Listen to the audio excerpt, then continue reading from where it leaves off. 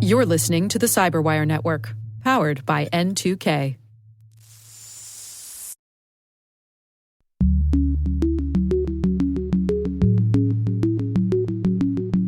Right now, the two biggest vectors are still remote access and phishing emails. Hello, everyone, and welcome to Caveat, the CyberWire's policy, surveillance, law, and policy podcast. I'm Dave Bittner, and joining me is my co-host, Ben Yellen from the University of Maryland Center for Health and Homeland Security. Hello, Ben. Hello, Dave. On this week's show, Ben takes a look at President Biden's executive order on cybersecurity. I share news of a bipartisan bill that would ban warrantless location data purchases. And later in the show, my conversation with Leeann Nicolo. She's a ransomware negotiation expert from a company called Coalition. We're going to be discussing how they determine how to pay out a ransomware gang. While this show covers legal topics and Ben is a lawyer, the views expressed do not constitute legal advice. For official legal advice on any of the topics we cover, please contact your attorney.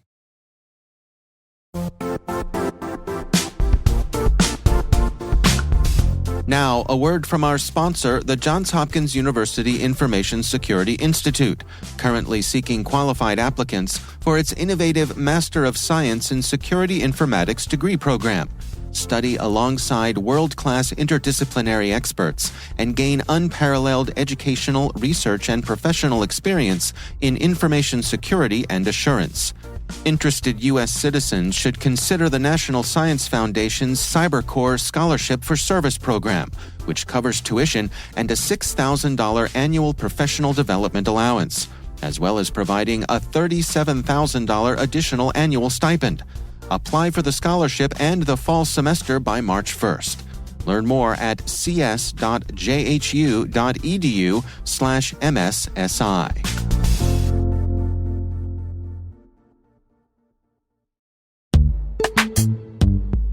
This episode is brought to you by Palo Alto Networks, the leader in cybersecurity. As AI-driven attacks increase, organizations can't afford to have network security that's stuck in the past.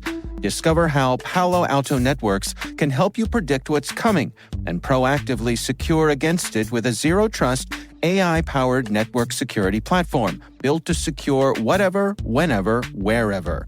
To learn more, visit paloaltonetworks.com/network security platform.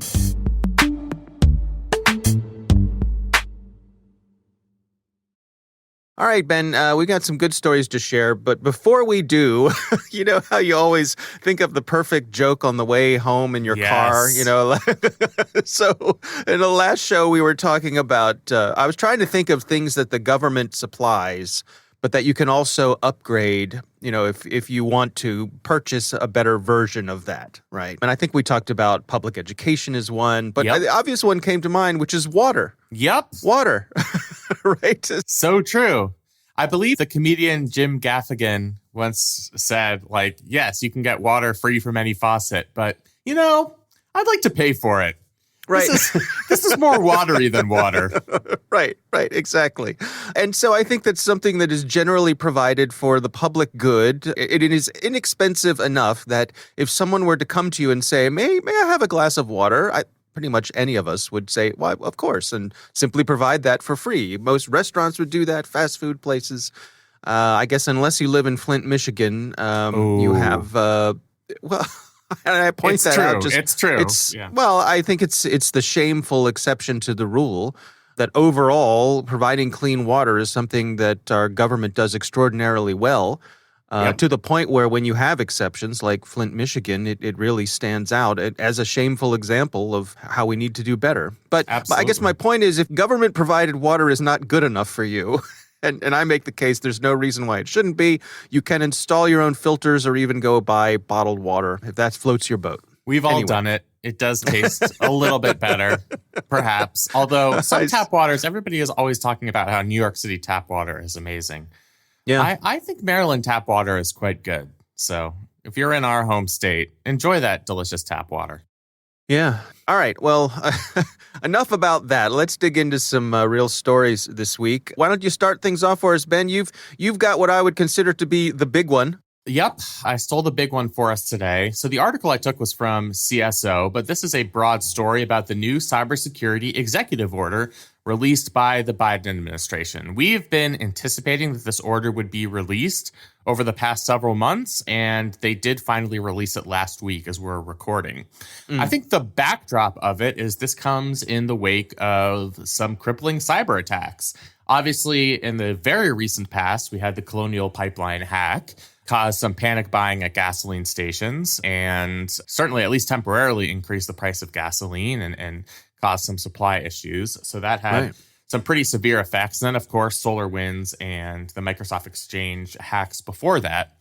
So that's sort of the context that the administration explicitly lays out as to why they're putting this executive order together. So it's a very ambitious order. It does a number of things. And this article lays it out really well in a nice little list. And I'll just kind of go through them quickly and give my limited commentary on them. The first is about sharing threat information between government and the private sector so that if you're an IT service provider, there is an easy way for you to share breach information with public authorities. I think that's good for coordinating resources in particular. Modernizing and implementing stronger cybersecurity standards in the federal government.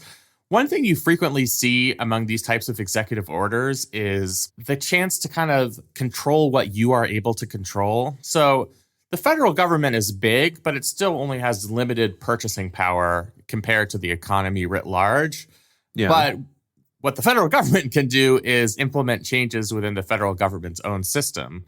And sometimes that ends up being an example for the rest of the country. So that's what's happening here. They're moving to cloud services, zero trust architectures, multi-factor authentication for all of their devices, and encryption mandates. There's a step to improve software supply chain security, including establishing baseline security standards for any software that's sold to the government. So again, the government using the authority they have to set that standard. One really interesting one, I know you've mentioned this in the past as an idea, establishing the Cybersecurity Safety Review Board. It's going to be made up. NTSB for cyber, right? That's exactly what it is. So you get a bunch of people together from the public and private sectors after a major cyber attack, and you figure out what happened. Just the way if there's a train accident, let's do an after-action report. How did this happen? How can we prevent it from happening in the future? What sort of vulnerabilities does this reveal about our system, our critical infrastructure, et cetera? They're going to create a standard playbook for responding to incidents.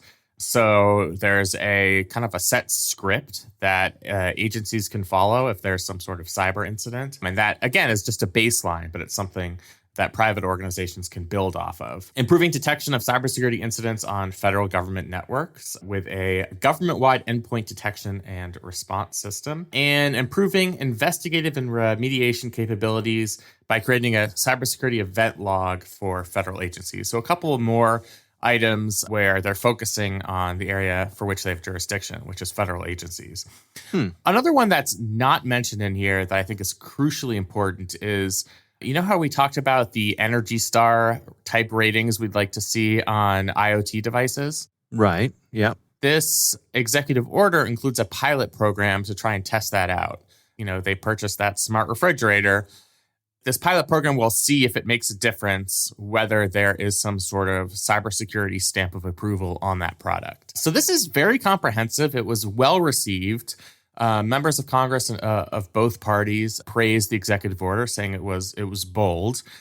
The skepticism I see is that a lot of the minutia is going to be left up to individual agencies. So, you know, we're still kind of at step one here. A lot of the executive order, the legal language is NIST will provide standards for X.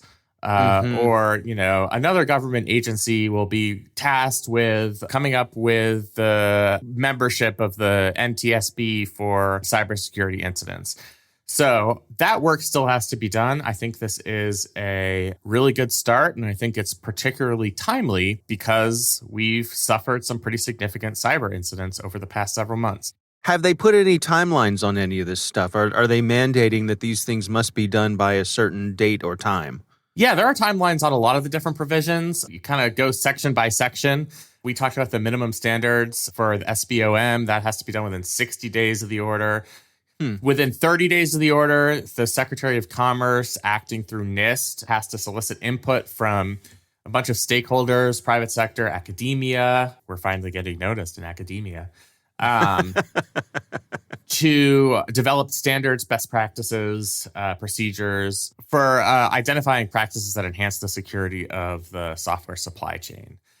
Yeah, and then there's a whole bunch of different deadlines that are laid out in the executive order. So it's not something that's indefinite. It's something where there are specific deadlines. Now, the natural question is, what happens if they don't meet these deadlines? Really nothing. They're aspirational. But I think it does give agencies, a reminder of what their responsibilities are and when they need to carry out those responsibilities. So when an executive order like this comes down, the question is, and I suppose the question folks on the other side of the aisle are asking, how are we going to pay for all of this? How does that happen, Ben? It's generally going to be done with existing funds. So some of this is what we call an unfunded mandate, where we're forcing agencies to do things that they don't necessarily have funding to do or they aren't authorized to do. I think that in the vast majority of cases here, the general funds that go to the Commerce Department, the staffing resources that go to NIST, the executive branch through this executive order can mandate that those already existing dollars can be used for these purposes, because appropriations can lay out priorities, but the administration has some leeway in some circumstances as to exactly how money is going to be spent. So I don't anticipate the how we're going to pay for it question to be particularly significant here. Although I do wonder if, as we start the annual appropriations process in the next couple of months, we'll see a little bump up to the Department of Commerce, to NIST, to try and act on some of the provisions of this order. The executive order does say that the Office of Management and Budget, under its director, is going to work with agency heads to make sure that these agencies have adequate funding to fulfill the requirements of this order. And if they don't, I don't see much resistance in Congress to putting some money in there to effectuate the requirements here. Yeah, it is really remarkable how well received this is. I mean, among cybersecurity professionals, it seems like remarkably well received. Very little of the kind of nitpicking that you normally see with these sorts of things, which I think points to the fact that this was well thought out. They took their time. They consulted with the right folks throughout government and elsewhere to make sure that what they released was fully baked. Yeah, I generally have like 3 or 4 go-to sources to see what they think about something, because there's opinions that I trust. And when I saw that Christopher Krebs was effusively praising this order and saying it was appropriately ambitious, that gave me a good feeling that they had done their homework. Yeah, absolutely. All right, well, we'll see how it plays out over time, but certainly an important development. I suppose we could say that it's bipartisanship day here on the Caveat podcast, because I know, right? Let's take the win. My story this week comes from Motherboard by a friend of the show who doesn't know he's a friend of the show, Joseph Cox. One of our unrequited loves. Yep, that's right. The article is titled "Fourth Amendment is Not for Sale Act would ban Clearview and warrantless location data purchases." The sweeping bill has support from both Democrats and Republicans and will address multiple forms of surveillance. So what Joseph Cox is outlining here is this piece of legislation that has broad bipartisan support. And as he says, it's called the Fourth Amendment is Not for Sale Act. It's pretty straightforward. It sure is.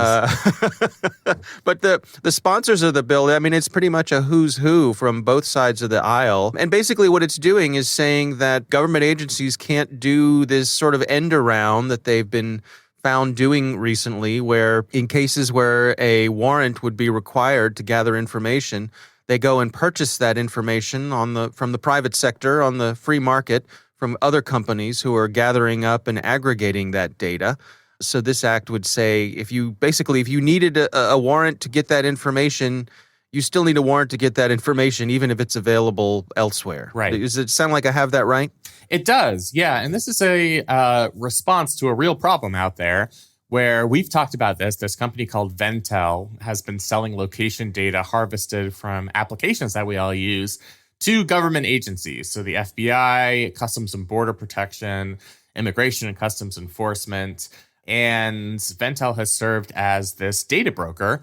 The government purchases this data without any prior judicial authorization, and this ends up being an end around on things like the Carpenter decision, which says that you need a warrant at least to collect historical cell site location information. So this is not just something that's theoretical, it's something that's actually happening, which is, it's good to see Congress reacting to that fact. Help me understand the other part of this. I want to kind of try to unpack the reality that these agencies have been buying up data that we as citizens have been freely giving up to these companies that are gathering up this data. Now, you and I think, are in agreement that we're not always fully aware of the information we're sharing. Right. When we click through that EULA that says, we're going to gather everything, including what you had for breakfast this morning. So I suppose that's part of it. But when the information is out there, did you see where I'm going with this? I do see where you're going with it. We've already said, hey, you can have this information. Why would it be subject to Fourth Amendment restrictions if we've already said, hey, information gathering companies, have at it? So a couple of responses here. Generally, we've talked about the third-party doctrine, which says that any information you've willingly shared with third parties is exempt from Fourth Amendment protection. You voluntarily shared that information. You have forfeited your reasonable expectation of privacy in that information. There are a lot of exceptions to the third-party doctrine that have been carved out in various judicial decisions. Most relevant here is the aforementioned Carpenter decision, where cell site location information requires a warrant, at least historical cell site location information. Yeah. But even things like the content of stored communications, there was an appeals court case, now about 10 years old, saying that you needed a warrant to collect that. I mean, that's information you've voluntarily conveyed to a third party. So there are instances, certain types of data that even if you have forfeited them to a third party, you still maintain some sort of constitutional protection in that data. That constitutional protection isn't there when the government can simply purchase the data without any judicial authorization from one of these data brokers. So, we're not talking about all sharing of third-party data. We're talking about when a warrant would otherwise be required, like cell site location information, that type of thing. So I think it is an important step to take because courts have already identified areas where there's Fourth Amendment protected information, where the private sector is happy to provide that at a cost to the federal government and various federal government agencies. So I do think this is an adequate response to what's happening. Yeah, this strikes me as one of those, spirit of the law versus letter of the law. Like the data aggregators may be following the letter of the law, but the legislators are trying to sort of lock down. Now, this is what we really mean when we have a Fourth Amendment. Right, exactly. Because to the consumer, to the user, it doesn't matter whether law enforcement obtains the data by directly contacting the service provider or whether that data is sold by a broker. It has the same impact. That evidence is going to be used at your trial if you've been committing crimes. So it is the responsibility of Congress to come in and clarify that what merits Fourth Amendment protection is the type of information that's being collected, the severity of the surveillance, how personal that information is. And it shouldn't matter, even though this is not what the letter of the law currently says, but it shouldn't matter that that data was sold by a data broker, that this was a private transaction. That shouldn't be the dividing line between whether the collection of that data was or was not constitutional. So I think you're right. I think they're trying to align the language of the law with what they see as the spirit of the law. Yeah. All right, well, we will see how that one plays out as it makes its way through the machine that is Congress. The sausage making, yep. That's absolutely. All right, well, we would love to hear from you. If you have a question for us, you can call in. Our number is 410-618-3720, or you can send us a message to caveat@thecyberwire.com.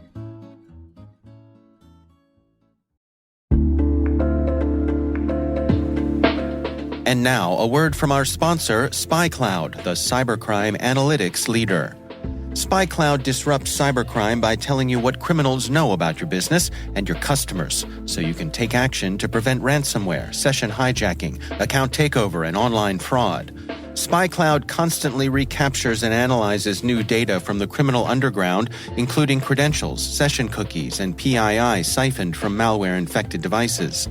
With knowledge of the specific exposed data criminals have in hand from InfoStealer malware on managed and unmanaged devices, security teams can respond with a more efficient and effective process called post-infection remediation that fits seamlessly into existing incident response frameworks. Get SpyCloud's post-infection remediation guide outlining the 7 steps for preventing a malware infection from becoming a full-blown ransomware incident. Visit spycloud.com/cyberwire. That's spycloud.com/cyberwire. And we thank SpyCloud for sponsoring our show.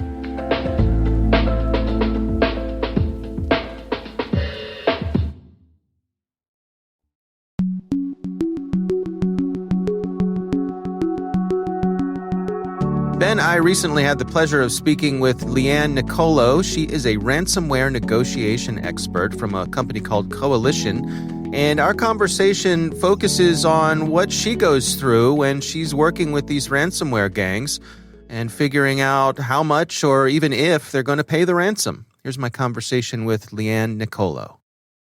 At what point do you and your team usually get brought into something like this? Where is a company? What mindset are they in when they reach out to you all? Mindset, usually hair on fire. It's usually not a fun time for them. The earlier, the better for us to be brought in on these engagements. So we advise our customers to call us the second they know something's wrong. Unfortunately, that's not always the case. So sometimes we'll get brought in after they try to restore or potentially make contact with a threat actor, which makes our job a bit more difficult. But yeah, I would say most commonly we're brought in as soon as they realize something's wrong, which is much easier for us to handle from the beginning. Well, give us some insights as to what happens then. When you get notified that there's an issue, where do you begin?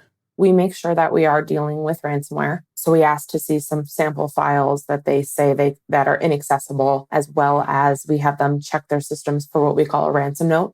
So usually a text or an HTML file that advises them kind of what they're dealing with and how to contact the threat actor.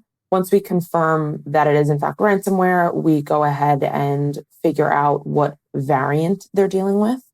So there's 60, 70 types of ransomware variants out there. So that gives us information about the characteristics of the attack. So how they got in, what potentially we're dealing with in terms of demand amount, just really any information we have on the threat group, whether they perform as an individual group or they're a ransomware as a service. Once we confirm the variant, we do 2 different things. We have the conversation with them about payment and negotiation to see if that's even an option. And at the same time, we perform a forensic investigation to make sure that A, they're currently secured, and B, confirm what happened and what the attacker did while in the network to see if data access and exfiltration is relevant. What are the conversations typically like with the ransomware gangs? Is it a different conversation because professionals like yourselves have been brought in?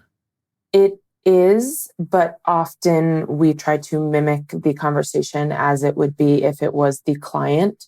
So we want to use words like I and me, make us, appear small and inexperienced. We've had threat actors in the past tell our clients, do not use any IR firms, do not bring in any third parties, just because they know then they're probably open to professional experience and or negotiations. So in these cases, if we are brought in from day one, we start the communications before the client does, which is best case.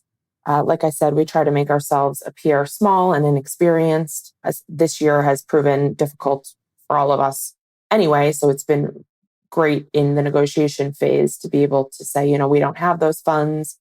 How do we get Bitcoin? Really pretend like this is our first time doing it. That way it buys us some time to, obtain the Bitcoin and or have those conversations if we do need to even move forward.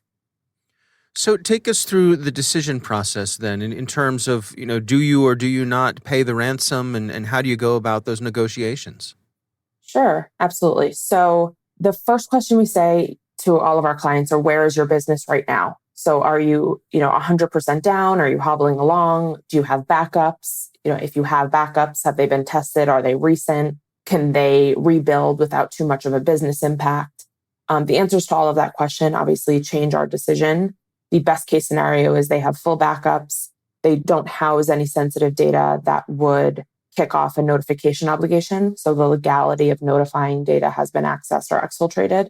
And then we can help them rebuild, restore, protect their systems and move on. The worst case scenario is that their business is 100% down. They do not have any viable backups, or they're unable to rebuild from scratch. It's just the business interruption is too great.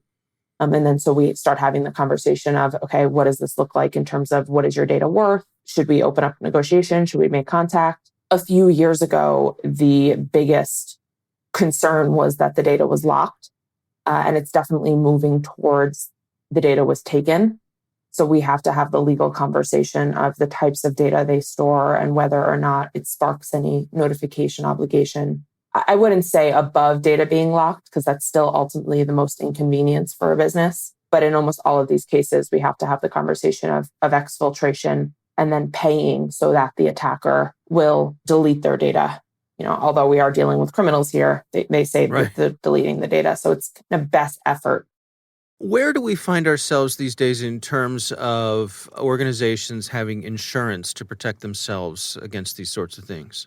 Of course, Coalition ultimately is an insurance, insurtech provider. So we, as Coalition Incident Response, are only handling cases as of right now on behalf of our insureds. So we are only handling cases to where our clients have insurance. Prior to working here, I've worked at 2 firms where I was a vendor. So we would deal with clients either through counsel, direct, or through insurance. I would say probably 10 to 15% of those clients had no cyber insurance. So it was pretty rare, although it does happen. And then these events absolutely spark that conversation to should we be protecting ourselves? Should we talk about insurance? And then, at that point, I was like, probably, but now it's a much different conversation. In terms of ultimately the decision whether or not to pay the ransomware, how does that play out? So like I stated, the first thing is backups. Do you have to pay to get your business up and going? If the answer is yes, then we start to have that conversation with the threat actor, just get a feel on what the demand is, if they're open to negotiations, what the time frame looks like. If the answer is no, then we move to the conversation of what types of data do you store? You're regulated. Do you have any PHI, PII, PCI data? Where is it stored? We'll kick off the forensic investigation to be able to give any details if we can find evidence of access or exfiltration based on a forensic case. So often we have luck of telling them, okay, this is where we see the threat actor. This is the archive they created. These are the files they access. This is what we see leaving your network. Of course, there are cases where an attacker utilizes a backdoor, which makes forensics a bit more difficult. But we do everything we can to kind of create that story of where they were on the network and provide counsel with feedback on kind of the legal process. How often does this end up being sort of a catastrophic thing for a business? Does it happen that businesses don't recover from this? Yes. So in my experience, so this will be my 8th year in the space, 2 times we've had companies that have had to completely shut their doors. And that's just myself. So I'm sure it's, a bit more than that kind of open statistics. Right. But we've had 2, they were both actually small law firms that could not recover. Their data was, the ransom was too big, or they couldn't restore, they didn't have any backup, or the notification obligation, ended up costing them a lot, or they got sued from that, which happens. And so they had to shut their doors. So obviously that's horrible to see. In most cases, we can either help the client get back to a functional state or negotiate on their behalf and ultimately pay a ransom. Obviously, that's not preferred, but if we have to get them back up and running, that does happen. Are we seeing a shift or development from the insurance companies themselves as sort of, driving some of the innovation here? I guess I'm thinking about how, if I have a building and I want to insure it against burning down, my insurance company is going to come back to me and say, okay, but you have to have sprinklers, you have to have fire escapes, you have to have exit signs and those sorts of things. Are we seeing similar things from the insurers saying, we'll insure you, but you have to put these protections have to be in place? Yeah, absolutely. That's a great question. And the answer is absolutely. We have on our platform, we have a whole threat intel team that kind of acts like ethical hackers, and they will be able to see from the outside the same things that the threat actors are looking for and scanning. And so we perform that on every company that applies for insurance through us. And if we see things like remote desktop, so RDP, wide open from the outside, if we can see it, guess who else is going to see it and attack you? So absolutely, we have a kind of a checklist of if you have open RDP, you have to close it, and then you have a certain amount of time to keep it closed before we will, insure you. Obviously, that list is always changing and updating, just relevant to best practice and what we see on the threat intelligence side of things. Right now, the two biggest vectors are still remote access and phishing emails. So phishing emails is a lot more difficult to advise a client to protect against because a lot of it is just employee training. It ultimately comes down to the human. But RDP is a big one, and it's very easy to turn off and kind of talk about what you can do to access your data remotely safely. What are your recommendations ultimately? I mean, in terms of, you've seen the organizations who prevent the ransomware, the ransomware operators pass them by to pick on easier targets. What's the difference there? What makes the difference for folks avoiding this? We talk about a lot of these cases as like targeted or opportunistic. You just kind of alluded to the opportunistic attack. The best way I can describe it, and I describe it to our clients a lot, is if you have a home and your neighbor has a home, and your front door is locked, absolutely, they can break down the door and get in anyway. But if they go to your neighbors and the front door is open, it's a lot easier for them to get into that house. Now, if they break down your front door and you have 3 doors behind that, it's a lot easier for them to move on. So although if somebody does want to get in, ultimately it's not if, it's when. The opportunist attack, the more security measures you have in place, the more of a target you are going to be. And the attackers are going to move on. So really just knowing your environment, protecting your data, where is your sensitive data? Is it mixed in with all of your information on your file share, or is it in a third-party kind of protected tool in the cloud? Do you have backups? Are they recent? Have you tested them? Do you have an endpoint detection and remediation tool to note suspicious behaviors? Have you walked your employees through what a phishing email looks like and what not to click? All of these things are kind of the best practice that we advise all of our clients, and we, help them put all of this stuff in place so that they're less of an opportunistic attack target.